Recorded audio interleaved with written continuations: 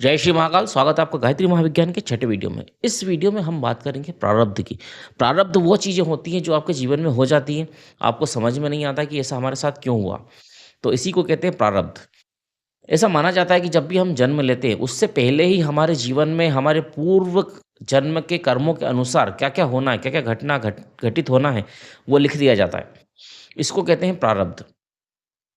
अब इसको इस तरीके से समझ लीजिए कि आपको आपके बच्चे का एडमिशन किसी स्कूल में कराना है, तो वो पिछले स्कूल में उस बच्चे ने क्या सीखा, क्या उसको आता, उस हिसाब से उसकी क्लास डिसाइड होती है।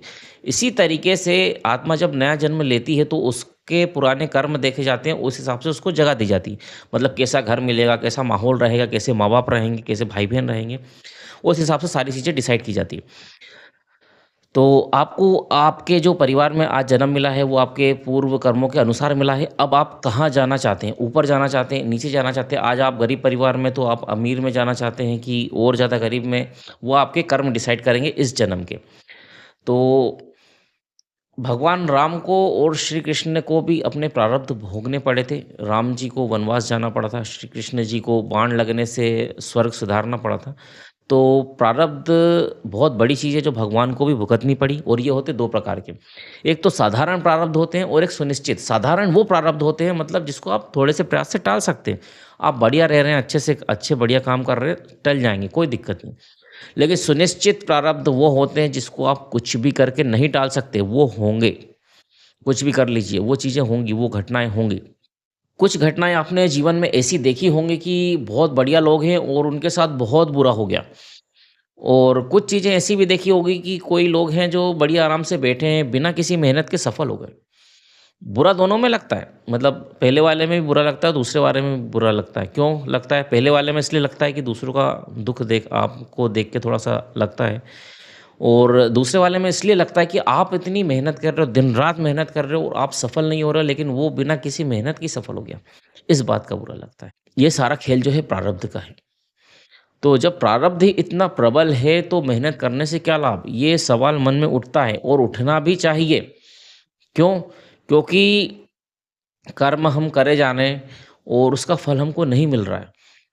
तो इसको समझने के लिए आपको ये समझना पड़ेगा कि आपके जीवन का ज़्यादातर जो हिस्सा है वो आपके आज के कर्मों पे निर्भर है।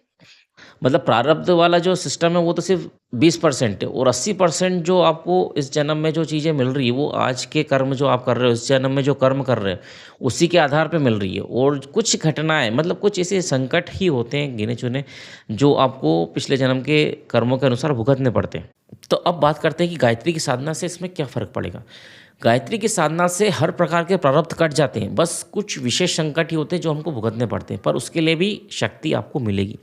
आपकी असफलताएँ, आपकी यातनाएँ, आपकी परेशानियाँ, आपकी दुःख, गरीबी मतलब दिन-रात मेहनत करने के बाद गरीबी जाने का नाम नहीं ले रही।